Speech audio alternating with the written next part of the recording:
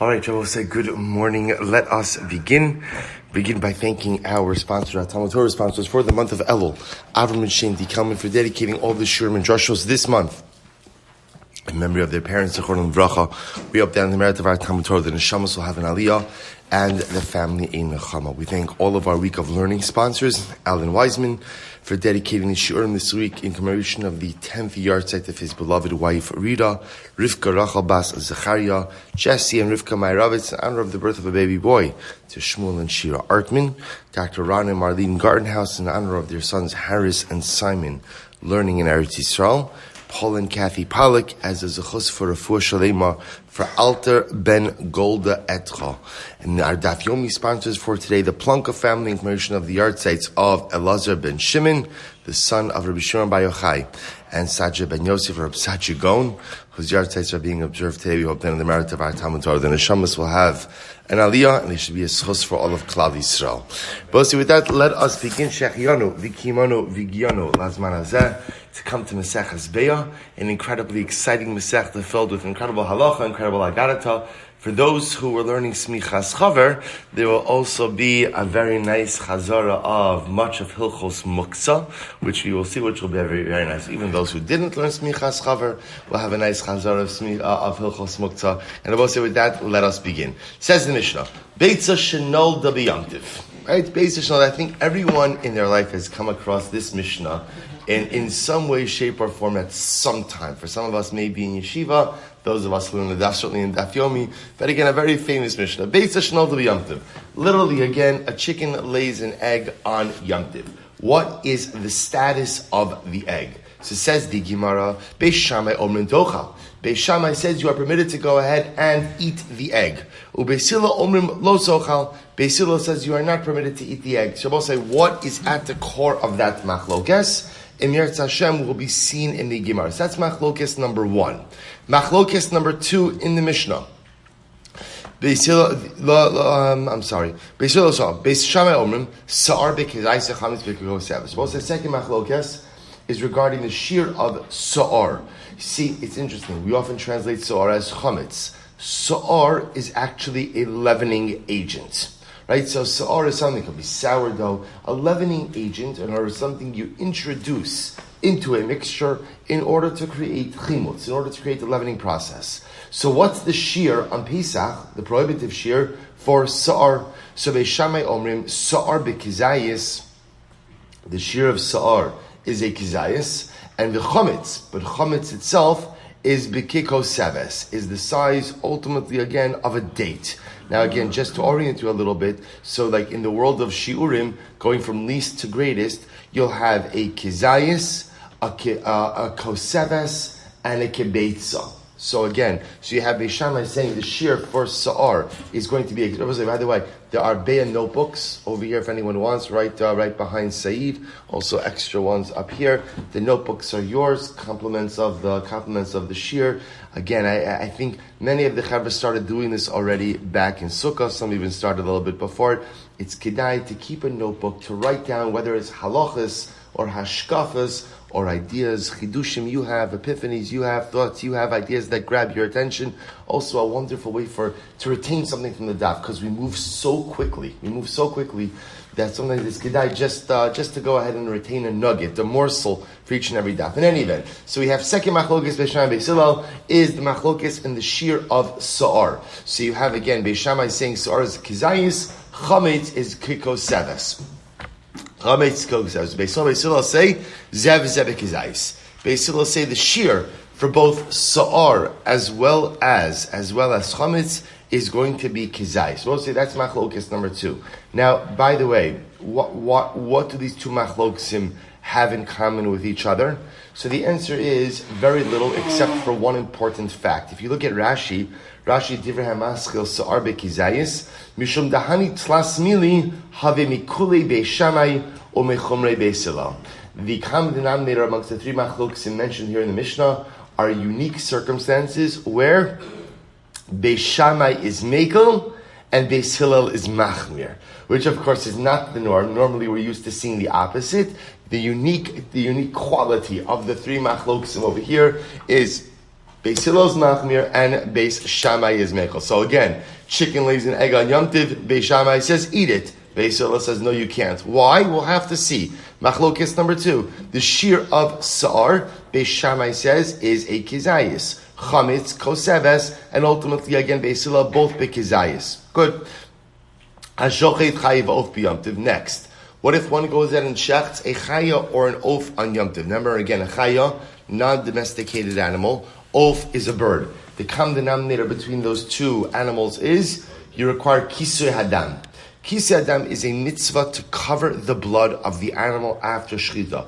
But kisui hadam does not apply to what we'll call domestic animals. So for example, you shecht the cow, you shecht the sheep, there is no mitzvah of kisui hadam. It is only dafka chaya and oaf. So what happens if you go ahead and you shecht a chaya and an oaf on Yom Tiv? Remember again, you're allowed to shecht a chaya and oaf on Yom Tiv? You're allowed to? Yes. Why? Ochal nefesh. Ochal nefesh. Remember again, Torah tells us that any malacha that you need to do for the sake of normative food preparation is permitted on Yom Tiv. So you go ahead and you shech the chayin off b'Yom Tiv. And I will say now, remember, everyone would agree that what's the ideal? The ideal is that before Yom Tiv, you have dirt prepared for kisui hadam. Now we'll discuss why that's a necessity. But lamaisa again, what happens if you did it and you didn't have dirt prepared? Beis Shammai omrim yachbar bedeker v'yichasa. Beis Shammai says no problem, just dig dirt. You literally yachbar bedeker means dig with a shovel, right? Obtain dirt and perform the mitzvah of kisei hadam. Beis Hillel says, Beis Hillel omrim lo yishchot ela imkin hayalo afar muchan mi ba'od yom. Interesting. So Beis Hillel says, halacha l'maisa, no, you cannot shecht unless what? Unless you had dirt prepared for b'od yom means from before Yom Tiv. Good. Umod, so here's another machlokes, right? We have Beis Shammai saying that halacha l'maisa, no problem to go ahead and prepare the dirt on Yom Tiv itself. Beis Hillel saying the dirt must be prepared before Yom Tiv. Umodim, and they will agree. Shim shachat. So we'll say the way this sounds like, although again we're going to qualify this in the Gemara. Umodim, Beis Hillel will agree to Beis Shammai. Shim shachat, that if you did shecht. So remember again, what's Beis Hillel's shita? Beis Hillel says really the only way you should shecht on Yom Tiv is when, or is how? If you have dirt prepared. Now again, remember, we have to fill in the whole sentence. The only way you should shecht a chaya and an oaf on Yom Tiv is if you have your dirt prepared from before Yom Tiv.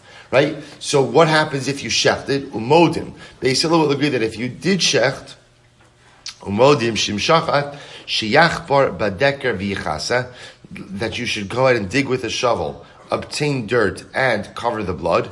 She'efer kira muchanu, because the soot or the dirt of the stove is considered to be prepared. Now we'll say, now what that statement means, because it doesn't exactly seem to flow, we will have to see inside of the Gemara. Good. So we'll say these are our three machloksim. Beis Shammai and Beis Hillel, situations in when Beis Shammai is mekel, Beis Hillel is machmir. We are going to spend the remainder of the daf focusing on the first of these three machloks, namely, Beitzah shenolda b'Yom Tiv. Chicken lays an egg on Yom Tiv. Are you permitted to eat the egg or not? Beis Hillel says no. Beis Shammai says yes. What is at the root of that machlokes? Watch this. B'maya skinon, says the Gemara, what's the case? What's the case? Maya skinon. Ilima b'tarnagoles ha'omedes la'achila. If you say, so we'll say, when we say what's the case, the first question we're asking is, what kind of chicken? Right? There are different kinds of chicken. There are chickens that you have set aside for laying eggs, and there are chickens that you have for consumption. So what kind of chicken are we talking about? So the Gemara says, see, if you want to say that it's a chicken that's designated for consumption, then what? Why would Beis Hillel say that if the chicken lays an egg, that ultimately what? It should be asar. See, I will say, what's the question over here? If the chicken itself is kulo designated la'achila, right? I'm going to eat the chicken. That means, am I allowed to eat the chicken on Yom Tiv? Yeah. So that means what? Any part of the chicken is what? It's food. In fact, that's what it means. Uchla de ifrasu. If the chicken is designated as food, then any part of the chicken is designated as food as well. So if it lays an egg, the egg should be permitted. Uchla de'ufrasu means it's just food that has separated from its source. But essentially, if it's designated as achila, it all has the halachic designation of food, and therefore should all be permitted. Take a look at Rashi. Rashi says over here, uchla de'ifris, ochel shenifrad, v'chevera v'menachos, chaburi ochlen kemad de'mifrisi damu. So again, if the chicken is designated for consumption, and it lays an egg, the egg should absolutely be permitted for consumption as well. Uchla de'ifrisu is just food that's been separated from its source, and therefore should be mutter. So it says in the Gemara, Ella, therefore we must say, B'tarnagoles ha'omedes lagadol beitzim, that this is an egg-laying chicken. Right? That you have a chicken designated, I'm not eating this chicken. Instead, what am I doing? This chicken is set aside to lay eggs. Okay, so let's analyze this. If the chicken is set aside to lay eggs, my tamayhu de Beis Shammai, then halacha l'maisa, why would Beis Shammai allow you to eat the egg? After all, muktzahu. Isn't the egg muktzah? Now let's talk about this a little bit. So we're going to see exactly. The Gemara presupposes that we know about the concept of muktzah and we understand its use. As we're going to see, the truth is, we already saw a good part of this in Masechah Shabbos with the machlokes Rabbi Yehuda, Rabbi Shimon, which really centers on the parameters of muktzah, which we're actually going to get into today. So what the Gemara is asking is as follows: Beis Shammai, if we assume that we're dealing over here with a chicken that's there to lay eggs, okay? And now the chicken lays the egg on Yom Tiv. How could Beis Shammai permit the egg? After all, the egg should be muktzah. Now, what's the Gemara's logic in saying the egg should be muktzah? Because the egg wasn't here on Erev Yom Tiv. If it wasn't here on Erev Yom Tiv, then what?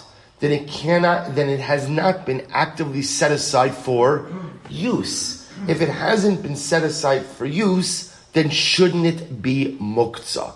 That's the question of the Gemara. The Gemara says, Umay kusha, I don't understand why that's such a question. Dilma, Beis Shammai lesle muktzah. Maybe, before you get excited about this statement, there's someone who doesn't hold the muktzah. I've been waiting for this my whole life. No, I'll say, so again, when it says Beis Shammai lesle muktzah, what it means is Beis Shammai does not subscribe to what we'll call a strict or narrow definition of muktzah. So what does this mean? Take a look at Rashi. Lesle muktzah. Rashi, what does it mean when we say Beis Shammai doesn't hold like muktzah? Dilma Rabbi Shimon Svirle. I will say, remember, we have a machlokes in the Gemara, which we'll make reference to today, between Rabbi Shimon and Rabbi Yehuda, about, do we have, for lack of better terms, we'll call it a narrow definition of muktzah, or an expansive definition of muktzah. Now, how exactly does this play out? So look at Rashi. Last thing muktzah, the Dilma Rabbi Shimon Svirle, maybe Beis Shammai holds like Rabbi Shimon, the Amr Beperakira, Moser Hashem and Shebener B'Shebekara, Aser, Rabbi Shimon Matir. So we'll say, listen to this case. This is actually great. You have a ner. Now remember again, in halacha, in Gemara, what does a ner mean? A little chazara from our Eruvin. And what does a ner mean? Right? It's a receptacle. Right? So remember again, what you have over here essentially is, it could be an open bowl with a little lip in which you put the wick. You would fill the receptacle, you would fill the bowl with oil. Watch this. You light a ner before Shabbos. This is so exciting. Right? It's like that new Gemara. I say that new Gemara smell, but it's that new Gemara feel. Like there's like, you start a Masechta, you feel like the world is your kosher oyster, right? Mamish, you could do anything. You could be anything. This could be my Masechta, right? This could be the opportunity to be kona something. It's so exciting. So we'll say, so remember the following case. You light your ner. And now what happens? You have a bowl filled with oil, and the wick goes out. So now you have leftover oil inside of that receptacle. Figure leftover oil, great, I'm going to make a salad dressing. Fantastic, right? I'm going to go ahead and use the oil. Are you allowed to use that's called the Mosar Shemen Shebener? The leftover oil inside of the receptacle. Are you allowed to use that or not? We're going to see Rabbi Yehuda says no. Because since the oil became muktzah at the onset of Shabbos, right? Remember Smichas Chaver. Migo di iskatsoi leben hashmashas, right? Once you are designated as muktzah, we saw this in Daf Yomi also. Once you're designated as muktzah at the beginning of Shabbos, then what? That status remains. That's Rabbi Yehuda. Rabbi Shimon says no. The oil was only muktzah when? When the ner was burning. Because also remember again, you can't tamper with the oil when the nair is burning, because then you can get into issues of havara or kiboy, of kindling or of extinguishing. But once the nair goes out and the oil is just sitting there, the oil is absolutely permitted. So when we so the Gemara is suggesting over here as well. So we'll say that's machlokes Rabbi Yehuda, Rabbi Shimon. So it's interesting that the way the Gemara kind of titles that machlokes is that Rabbi Shimon lesle muktzah, Rabbi Yehuda isle muktzah, which translates as Rabbi Shimon doesn't hold of muktzah, Rabbi Yehuda, which of course is not true. Everyone holds of muktzah. Everyone holds of muktzah. The shaila just is how narrow or how wide is your definition. So again, essentially, Rabbi Yehuda holds once you're muktzah, always muktzah. Although there are exceptions to that rule as well, even according to Rabbi Yehuda. Rabbi Shimon says no. Even if you start out Shabbos muktzah, if something changes, your muktzah status has the ability to change as well. So what's this? Now watch this. So let's follow the progression over here. So first of all, the Gemara says, let's shift gears. We're talking about a chicken that is designated to lay eggs. Okay, if that's the case, then ultimately, again, why does Beis Shammai allow it? It's muktzah, to which the Gemara says, "Umay kushya dilma Beis Shammai lesle muktzah." Maybe Beis Shammai doesn't hold of muktzah. In other words, maybe Beis Shammai has a more expansive or looser definition of muktzah, and therefore would allow the use of the egg. So the Gemara says, one second. Umay kushya dilma Beis Shammai lesle muktzah kasaka daitin afilu man deshay b'muktzah binolad aser. Here's the problem we'll say. The Gemara says we're dealing with two different things over here. There's muktzah, which are the general categories of muktzah, and then there's a specific category called nolad. Now again, we're being introduced to this over here. What's nolad? What's nolad? Kishmo kenhu. Something that did not exist prior to Yom Tiv, or Shabbos for that matter. Right now we're talking about Yom Tiv, right? Prior to Yom Tiv, and now comes into existence on Yom Tiv. What the Gemara wants to suggest is that nolad is a stricter category of muktzah, to the point that even if you hold like Rabbi Shimon by Gans muktzah, right, by the rest of the halachos of muktzah, and take a more permissive view by muktzah, everyone agrees that nolad is a stricter category. And if nolad is indeed a stricter category, my tamay of the Beis Shammai. Ultimately, again, how could Beis Shammai allow for the consumption of the egg on Yom Tov? So I will say, just follow the progression over here, right? Remember, we're trying to figure out one simple question. I'll say, isn't this incredible? Right? A group of grown men sitting here at 5:57 in the morning, trying to figure out what kind of chicken are we talking about, right? What kind of chicken? I will say, what kind of chicken makes all the difference in the world? So remember again, if it's a chicken, if it's we'll call it a consumption chicken, then I don't understand the position of Beis Hillel. The egg should be permitted. It's all food, right? So it must be a chicken that is set aside to go ahead and what? Lay eggs. All right? If it's set aside to lay eggs, I don't understand. Shouldn't it be muktzah? Shouldn't the egg be muktzah? If the egg is muktzah, then how does Beis Shammai allow you to eat it? To which the Gemara says, maybe Beis Shammai doesn't hold of muktzah, i.e., subscribe to the position of Rabbi Shimon, the more expansive view. To which the Gemara says that can't be. Because even if you hold of a more permissive view of muktzah, like Rabbi Shimon, everyone agrees that what is aser? What is aser? Nolad. Nolad. And this is a case of, now I will say, where the Gemara gets these kind of like presuppositions from, right? We'll have to see, right? Because the Gemara is stating things as fact that we don't know to be fact. In other words, that even if you're meko by muktzah, like Rabbi Shimon, that you're machmer by nolad, okay, how do you know? Well, so remember, we're making assertions, now we'll back them up afterwards. So the Gemara says, I still don't understand how Beis Shammai can allow for the consumption of the egg. After all, it's nolad. So here we go. Amr of Nachman. So we'll say we're now going to go through a series of different opinions as to what the machlok is. Amr of Nachman. Liolam b'tarna goles ha'omedes lagadol beitzim. So also Rav Nachman is taking us back. You're right. Let's go back to the drawing board. Right? It's like what we said before. We're talking about a chicken that is meant to lay eggs. Okay. But again, we're stuck then. What are we stuck with? If it's a chicken that's meant to lay eggs, I understand the position of Beis Hillel, who says the egg is aser. Who don't I understand? Beis Shammai. How can Beis Shammai say that the egg is mutter? Because after all, it's nolad. Watch this. V'di islay muktzah islay nolad. V'di leslay muktzah leslay nolad. Ultimately, again, says the Gemara, so Rav Nachman says, you made an assertion that was incorrect. You assumed that even if you adopt a more lenient view of muktzah, i.e. Rabbi Shimon, you hold a strict view of nolad. And Rav Nachman says, that's not true. Nolad is part of which framework? Part of which framework in halacha? Muktzah. Nolad isn't its own halachic entity, its own halachic misgeret framework. Nolad is part of muktzah. So whatever you hold by the rest of muktzah, you hold by nolad also. So if you take a stricter view by muktzah, you take a stricter view of nolad. If you take a more lenient view of muktzah, you take a more lenient view of nolad. And Beis Shammai Rabbi Shimon, Beis Hillel Rabbi Yehuda. And Beis Shammai holds like Rabbi Shimon, right? Which again, Rabbi Shimon, it takes, and we'll call it a more relaxed view of muktzah. And Beis Hillel holds like Rabbi Yehuda. And therefore, halacha l'maisa, Beis Shammai will be mekel in nolad as well, and therefore allow for the consumption of the egg. Good. So take a look. Take a look at. Good. Fine. So good. Let's go right there. Did Rav Nachman actually say this? So did Rav Nachman actually say that Beis Shammai holds like Rabbi Shimon? V'hotanan, we learned, interesting case, Beis Shammai omrim magbiin me'al hashulchan atzamos uklipin. Rabbi say, great case, right? You're eating your Shabbos meal, right? This is like a typical situation, like you're eating your Shabbos meal. So imagine you're eating your piece of chicken, you finish your chicken, and what? You left your bones. We'll say, what's the halachic status of bones? Muktzah. Now the truth is, interesting enough, we saw in Smichas Chaver, not so pashut, it could depend on what, the presence of animals, right? Is there meat? Is there marrow? Okay, we're assuming right now that the bones we're talking about are muktzah. So magbir me ala shulchan atzamos uklipin.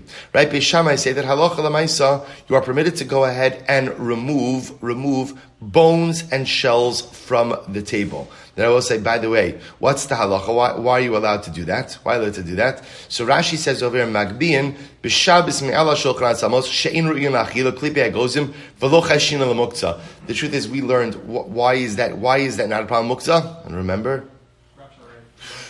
Graf Shalrei, right? Excellent, right? And he did very well in the Bechina, by the way. I just want to point out how he did, right? Graf Shalrei, right? So again, I will say, so Graf Shalrei, right? It has the status of like garbage, right? And therefore, halacha l'maisa is deemed offensive, and therefore, halacha l'maisa, one can take it off the table. But again, we're not getting into that. Beis Hillel omrim misalek es hatabla kula uminara. Beis Hillel says you lift up the table. You can't handle the bones and the shells directly. You have to lift up the table in its entirety, and ultimately, pretty much, I will say, now to us that sounds like the imagery that we're thinking about this. Remember, they're eating at individual tables. So what Beis Hillel says is just lift up the table, take it to the kitchen, and dump it out in the garbage. That's called in halacha tiltul minat sad.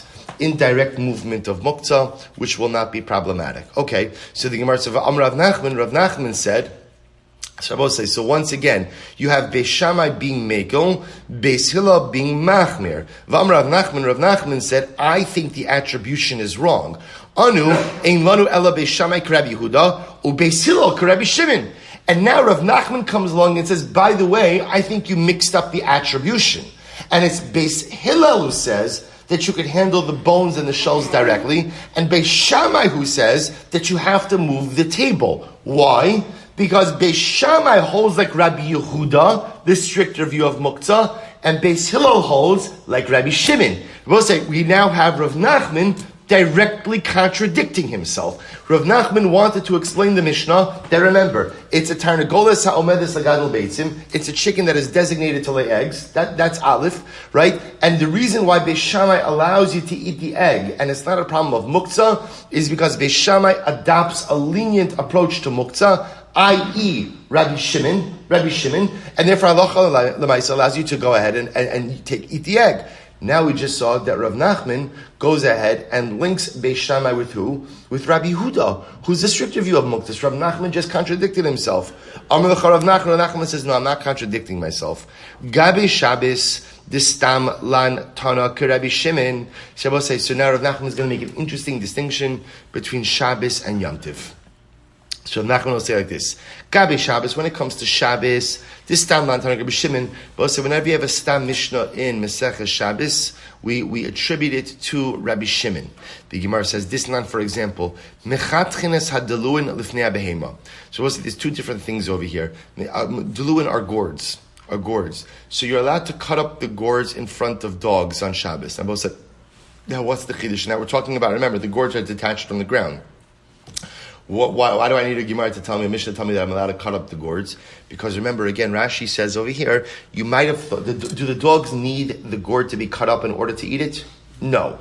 Does it make it easier for them to eat it if it's cut up? Yes. You might have thought that's called tircha yisera, unnecessary exertion on Shabbos, and therefore you're not allowed to do it. Rabbi Shimon says you are allowed to do it. You could cut up the gourds, and what else can you do? Ves hanavel lifnei haklavim. And you could also go ahead and cut up the carcass in front of the dogs as well. Now, I will say, now what's the case of the carcass over here? The case of the carcass is where the animal died on Shabbos. Oh, an animal died on Shabbos. Well, let's talk about that for just a moment.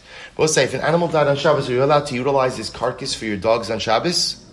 Well, it depends. That's the machlokes Rabbi Yehuda, Rabbi Shimon. Right? According to Rabbi Yehuda, the answer will be no. Why not? Because once the animal was muktzah at the onset of Shabbos, ultimately, again, it remains muktzah for the duration, even if there's a change in the animal. According to Rabbi Shimon, no. Muktzah is reflective of the actual present state of the entity. So even though the animal was alive at the onset of Shabbos, and a live animal is muktzah, a dead animal is usable. I can feed it to my dogs, and therefore it's not muktzah. So remember again, so the Mishnah says, you could cut up the gourds, which is not really what's important for us. That's important to us. If an animal died on Shabbos, you could cut it up and feed it to your dogs. And therefore again, the Gemara says, remember, now I want to point out, Rav Nachman said that in Shabbos, right, in Masechah Shabbos, a stam mishnah, a mishnah without attribution, reflects the view of Rabbi Shimon, which makes perfect sense. Right? Rabbi Shimon has a more permissive view of muktzah. Now I will say, we also like to establish a stam mishnah like who? Umokim lo lebeis Hillel, Rabbi Shimon. And therefore, again, remember, we'd like the stam mishnah ultimately, again, to go ahead and generally conform with Beis Hillel, because the general klal we have in halacha is who does the halacha follow? Beis Hillel. So I will say, so there's two things happening over here. The halacha generally follows a stam mishnah, and the halacha generally follows Beis Hillel. So therefore, again, in Shabbos, a stam mishnah ultimately, again, is Rabbi Shimon, and we want the stam mishnah also to reflect Beis Hillel. So therefore, when it comes to Shabbos, we align Beis Hillel with Rabbi Shimon. Therefore, again, Mokim lo Beis Hillel Rabbi Shimon. Aval Amadeus. Aval Gabe Yomtiv. This stam lan Tanak Rabbi Yehuda. This is very interesting. When it comes to Yomtiv, however, stam mishnah is usually reflective of the opinion of Rabbi Yehuda. We'll discuss why there is this distinction between Shabbos and Yom Tov. Disnan, because what do we learn by Yom Tov? Ein mevakin eitzim min hakoros velo min hakorosh nishbara b'Yom Tov. So also listen to this. So the Gemara says, the Mishnah says over here, this is actually a fascinating case. Look at Rashi. Ein mevakin eitzim b'Yom Tov lo min hakoros hasduros al gav zu bekarka va'omdos zabinyan. We'll say, listen to this. If you go ahead and, let's say you have a stack of wood. Let's say you're building something. Right, you're building something, and you have a stack of wood. But yet, on Yom Tiv, you need to go ahead and make a fire. You're allowed to make a fire on Yom Tiv. So you want to break up some wood in that construction pile to go ahead and use for your stove. Are you allowed to do that on Yom Tiv? So the Mishnah says, no. Why not allowed to do that? Because that wood was designated for construction. So because it was designated for construction, right, it was set aside effectively for non-use. You cannot go ahead and take it for your own permitted use. Now both say, who's it, right? Similarly, if you have a barrel, and the barrel was whole and intact at the onset of Yom Tiv, and then what happened? It broke. So now you could go ahead and use the pieces of wood for your fire. The Mishnah says you're not allowed to. Then both say, whose opinion does this reflect? Whose opinion does this reflect? Rabbi Yehuda, right? Because what's happening over here, essentially what we're saying is, since the item was muktzah at the onset of Yom Tiv, it retains that identity over the course of Yom Tiv, even though either you want to change the identity, or just de facto the identity of the item has changed. That's Rabbi Yehuda. The Gemara says, Mokim lo lebeis Hillel Rabbi Yehuda. So both say, this is absolutely amazing. Listen to what Rav Nachman is saying. Rav Nachman is saying, in general, attribution of a stam mishnah is different by Shabbos and Yom Tiv, right? So there's two things happening over here. There's who's a stam mishnah, and in general, the idea that the halacha follows Beis Hillel. A stam, we'll say, remember, what's the power of a stam mishnah? We generally assume that whenever you have a stam mishnah, what does that mean?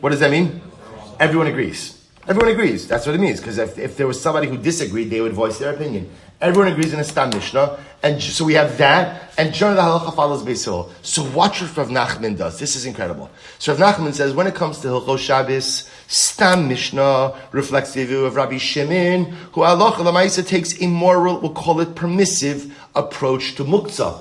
And therefore, again, in Hilchos Shabbos, Beis Hillel is aligned with Rabbi Shimon. In Hilchos Yom Tiv, a Stam Mishnah usually reflects the view of Rabbi Yehuda, a stricter view of Muktzah, and therefore, halacha l'maisa, when it comes to Hilchos Yom Tiv, Beis Hillel will hold like Rabbi Yehuda. So the Gemara says, I don't understand this. So the Gemara is asking just like a framework question. Listen to this. Michti. Man sasni lemas nisin. We'll say, who decided that a Mishnah is a Stam Mishnah? Who decided that? Rabbi Yehuda Nasi. So why is it Maishna b'Shabbos the Sasam Lan Rabbi Shimon or Maishna b'Yom Tov the Sasam Lan Rabbi Yehuda? Why did Rabbi Yehuda Nasi decide that a Stam Mishnah by Shabbos should be reflective of Rabbi Shimon, more lenient view of Muktzah, and a Stam Mishnah by Yom Tiv should be reflective of Rabbi Yehuda, a stricter view of Muktzah? Why make that distinction? So listen to this. Amri, Shabbos techamira v'lo asi l'zalzulei bei Stam lan ki Rabbi Shimon de mekel Yom Tiv de kil v'asi l'zalzulei bei Stam lan ki Rabbi Yehuda de machmir. So this is incredible. So Rav Nachman will explain, or the Gemara explains like this. Rabbi Yehuda said the following calculation. In general, people are machmir with Shabbos. Right? People understand the severity and the significance of observing Shabbos correctly. Therefore, again, Rebbe felt we could be makel with a detail of Shabbos, because being makel with one detail of Shabbos will not erode the general adherence and sanctity of the day. And therefore, Rebbe felt that in this particular nekuda of Muktzah, one could be a bit more lenient and subscribe to the more permissive view of Rabbi Shimon. But Yom Tiv, which already has quote-unquote kulos. That was what I want to point out. Yom Tiv doesn't actually have kulos, right? It's just that Yom Tiv is a different halachic construct. So there's a lot of things you could already do on Yom Tiv that you can't do on a Shabbos. Rebbe apparently had the concern that if we are makel by muktzah when it comes to Yom Tiv, what could chas v'shalom happen? That could lead to a breakdown and a general erosion of sanctity. So that's why Rebbe decided, Stam Mishnah, the halacha will follow Rabbi Shimon by Shabbos and will follow Rabbi Yehuda by Yom Tiv. And again, what that does effectively is, it aligns Beis Hillel with two different approaches to Muktzah by 2 different days. So by Shabbos, Beis Hillel will be aligned with Rabbi Shimon, a more permissive view of Muktzah. By Yom Tiv, ultimately, again, they'll be aligned with Rabbi Yehuda, a more restrictive view of Muktzah. And therefore, again, Rav Nachman was not contradicting himself, right? Rav Nachman was not contradicting himself. So remember, again, what I just want to point out.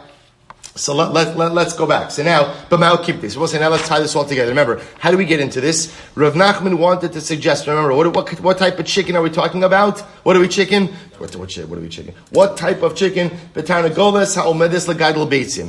And for eggs, right? A chicken that is designated for laying eggs. How did Rav Nachman want to go ahead and explain the machlokes? Rav Nachman said like this: it's machlokes and muktzah. That's what it is. And don't separate out no lud from the rest of muktzah. No lud is part of muktzah. So therefore, again, the machlokes b'sham, I will say this is very simple. The machlokes b'sham Beis Hillel is the machlokes in Hilchos Muktzah. Essentially, do you hold like Rabbi Shimon or do you hold like Rabbi Yehuda? Beis Hillel in Hilchos Yom Tiv holds like who? Holds like who? Rabbi Yehuda. And therefore, Beis Hillel, a more restrictive view of muktzah, and therefore Beis Hillel will say that when the chicken lays the egg on Yom Tiv, the egg is muktzah. What type of muktzah? Okay, we'll call it normally, call it whatever. It doesn't matter. It's muktzah. Beis Shammai has a more relaxed view of muktzah. They hold like Rabbi Shimon even by Yom Tiv, and therefore halacha l'maisa will hold that the egg is permitted for consumption. Beautiful. So it says the Gemara, well, let's analyze this. So okay, so now how are you establishing the Mishnah? You're setting up the Mishnah as a chicken that is set aside for laying eggs, umishum muktzah, and the machlokes, therefore, between Beis Shammai and Beis Hillel is about muktzah. It's about muktzah. Well, watch this. Ihachi. If that's the case, that the machlokes is about muktzah, ademifligi bebeitzah, lifligi betarnagolas. I don't understand. If this is about muktzah, then why are you making the machlokes egg-centric? Right? The machlokes actually isn't about the egg. It's the same machlokes about the chicken. Right? But say, think about this. Remember, if you have a chicken, this is good to know. If you have a chicken that's laying eggs, what don't you have in mind to do with it on Yom Tiv? Eat it. Right? Which means, I will say the following. Which means that according to Rabbi Yehuda, even if you change your mind about that chicken on Yom Tiv, right? Halacha l'maisa, it's muktzah, you can't eat it. Right, according to Rabbi Shimon, he would say if you change your mind about it, you can eat it. If that's the case, so if that's the machlokes Beis Beis Hillel, the machlokes Beis Hillel is a fundamental yesodistic machlokes in Hilchos Muktzah that is as old as the Gemara itself between Rabbi Yehuda and Rabbi Shimon. Then why do we have to get into the egg? It's the same machlokes about the chicken. Beis Shammai would say, if you have a tarnagoles ha'omedes lagadol beitzim, a chicken that is set aside to lay eggs, Beis Shammai would say, and you decide, that looks good. You cannot go ahead and eat that chicken on Yom Tiv. Beis Hillel says, I'm sorry, just the opposite. Beis Shammai says you can, Beis Hillel says you can't. So don't make the machlokes about the egg, make the machlokes about the chicken. To which the Gemara says, you're right. Why do we frame it this way? Lohodi'acha kochan de Beis Shammai de benolad shari. Because ultimately, again, when we make it about the egg, because consumption of the egg is even a bigger chiddush. Why is consumption of the egg a bigger chiddush according to Beis Shammai? Because it's nolad. See, Rabbosai, the chicken was in existence at the beginning of Yom Tiv, right? Or even, I should say, prior to Yom Tiv. The egg was not. So if you want to illustrate the permissiveness of Beis Shammai's position, it is much better illustrated with the permission, with the license to consume the egg, than it is to consume the chicken. I bet I can say just the opposite. But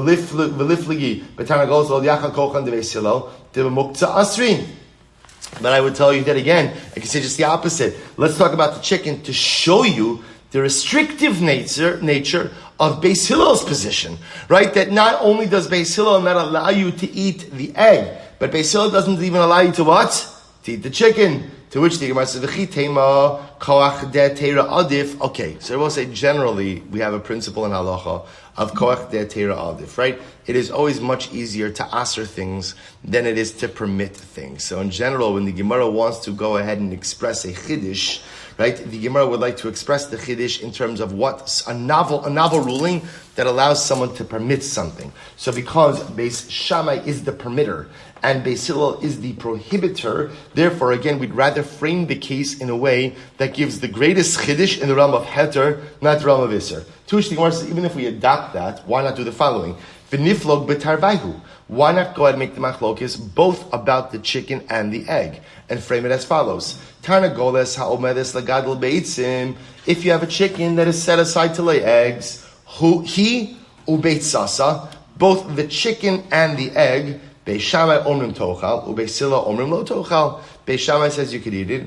Beis Hillel says you can't eat it. In other words, we'll say, so why not? In other words, it doesn't have to be an either or. Why don't you just include both the chicken and the egg in the machlokes? Ella. So we'll say, so therefore, because this question is a good one. In other words, that remember, we'll say what's very important to understand is as follows. Because the Mishnah sets up the machlokes Beis Shammai Beis Hillel about the egg, what does that seem to indicate to us? What does it indicate to us? That the machlokes is egg-centric. It's about the egg. The problem with Rav Nachman's approach, as compelling as it was, Rav Nachman did an excellent job on this. This was a very compelling argument. Right? So as compelling as that was, we're left with one simple question, which is, well, the machlokes Beis Shammai Beis Hillel is not egg-centric. It's about the chicken and the egg. And if that's really true, then why doesn't the Mishnah say that? Therefore comes along Rabbah. We'll say, here we go. This is very exciting. Rabbah. So Rabbah wants to suggest another approach to the machlokes Beis Shammai Beis Hillel. Rabbah li'ola b'tarnagoles ha'omedes la'achila. Oh, we're switching gears. Okay, it's not a tarnagoles ha'omedes la'gadol beitzim. It's not a chicken that's meant to lay eggs, but rather, again, this is a consumption chicken. Right? This is a chicken that you eat. Watch this. Ubiyom tov shechalios achar hashabes askinon. And what's the case of the Mishnah? The case of the Mishnah is when Yom Tov falls out on Sunday. On Sunday. And now the chicken lays the egg on Sunday. So what's the problem? Umishum hachana. I will say the problem over here in the Mishnah ultimately again is a problem of hachana. Hachana means preparing. We'll see from Shabbos to Yom Tov, or from Yom Tov to, we'll call from Shabbos to Yom Tov. Mishum hachana. V'kasavar Rabbah. So we'll say, watch this. Rabbah is something very interesting. Kol Beitzah de Misyal Daha'idna Me'esmal Gamrala. Any egg that the chicken lays today was in fact fully formed inside of its mother yesterday. So in other words, when you have an egg when the chicken lays an egg on Sunday, that egg really completed its formation on Shabbos. So we'll say, now what's the problem? So understand what's happening over here. Therefore, if you have a chicken that lays an egg on Sunday, that egg was quote unquote prepared when? On Shabbos. So you have an egg that was prepared on Shabbos and was laid on Sunday. So what's the problem? Here we go. The Rabbi Tamo said this is a fascinating sugya. Rabbi goes according to his reason, because what does Rabbi say? And by the way, Rashi points out over here, we'll get to Rashi in just a moment. So the Rabbi Tamo, Damar Rabba, my dichsiv, v'haya bayom hashishi, v'hechinu es asher yaviu. What this is by the man. Right, so the Torah is talking about over here the double portion of man, which will fall in the desert. So remember again, Vayabayam will be on the 6th day on Friday. Vehechinu es asher yaviu, and they will go ahead and what? They will prepare everything on Friday that they need for Shabbos. So Rabbah says this creates a paradigm. What's the paradigm? Chol meichin l'Shabbos, v'chol meichin l'Yom. Ultimately, again, weekday could prepare for Shabbos, and weekday could prepare for Yom Tov. Ve'ein Yom Tov meichin l'Shabbos. You cannot prepare on Yom Tov for Shabbos. We'll say, remember, one of the great sugyas we're going to get to in Beya is the sugya of Erev Tavshilin, which we'll get to. Ve'ein Shabbos meichin l'Yom Tov. And Shabbos cannot prepare for Yom Tov. Right? So we'll say, so remember, it's fasting. So Rabbi's doing a paradigm. V'haya bayom hashishi ve'chinu es asher yaviu. Teaches us, weekday can prepare for Shabbos, weekday can prepare for Yom Tov, but Shabbos cannot prepare for Yom Tov, and Yom Tov cannot prepare for Shabbos. Which Rabbi say ultimately means what? Which means what? Anything you're going to use on Yom Tov must be quote unquote prepared when? On the weekday beforehand. And if something is prepared for Yom Tov on Shabbos, that effectively becomes precluded from use. Therefore, says Rabbi, when the chicken, even though we're talking about a consumption chicken over here, not a chicken that's set aside for to lay eggs, right? But ultimately, again, when the chicken lays the egg on Sunday, which is Yom Tov, ultimately that egg was quote unquote prepared on Shabbos. And you cannot benefit from something that was prepared on Shabbos on Yom Tov. Now take a look at Rashi for just a moment. Rashi says over here, the whole Beitzah, the Misyalda, take a quick look at that Rashi. V'afagav debidi shamayimhu. Now remember again, when we say that the egg was prepared, in other words, I didn't do anything with it, right? This is all happening by HaKadosh Baruch Hu inside of the chicken. Nevertheless, Rashi says over here, it's aser. Deba'inon kol seudos Shabbos seudos Yom Tov shimizumanos umuchanos miba'od yom shel chol. But essentially what Rabbah says is like this. Anything that you're going to use over Shabbos and Yom Tov must be actively prepared from before we'll call it Yom Tov, from before Yom Tov. Now again, remember, you're allowed to cook on Yom Tov, even Rabbah agrees with that, but he means anything that you're going to use has to be in existence before the onset of Yom Tov. If it's not in existence before the onset of Yom Tov, it's not quote unquote prepared. And therefore, in this case, we're going from Shabbos to Yom Tov. The egg was not prepared before Yom Tov. Actually, the preparation took place on Shabbos, going into Yom Tov, and halacha l'maaseh that is problematic. Look at Rashi, one more Rashi. Ve'echinu, Rashi says, ve'ezminu, kigon mikan ani ochel l'machar. Rabbah literally says that a person has to be able to say, on Erev Yom Tov, here is where I'm eating from tomorrow. Now, whether or not you need an actual designation, Rabbah is just saying, whatever you're going to partake of on Yom Tov, ultimately must be in existence and must be prepared before Yom Tov. Again, Rashi just goes on to say, halacha l'maaseh, you don't actually need the food to be prepared. So says, so therefore again, so what's happening over here is as follows. Rabbah's introducing to us a brand new idea, which is that, no, this is not a chicken that's meant to lay eggs, because that would be obvious. If it's a chicken that, according to Rabbah's approach, if it's a chicken that's meant to lay eggs, both say everyone will agree that what? Will agree that what? That it's going to be muktzah. It's going to be muktzah al nolod, right? It's not going to work. Rabbah wants to suggest it's actually a consumption chicken. If it's a consumption chicken, then what's the problem? It's a problem of hachana. In order to partake of something on Yom Tiv, it must be prepared from the weekday to be able to use it. In this case, the egg is quote-unquote prepared on Shabbos for Yom Tiv, and ultimately, again, that is going to be us. Say, I'll just end off, we'll stop over here for today, but I'll just end off, I'm leaving you in the middle of Rabbah. What an incredible Musar Haskell. See, say, what the Gemara is teaching us is something incredible. If you want Shabbos, if you want Yom Tiv, right, you want Kedusha in your life, Kedusha always requires hachana.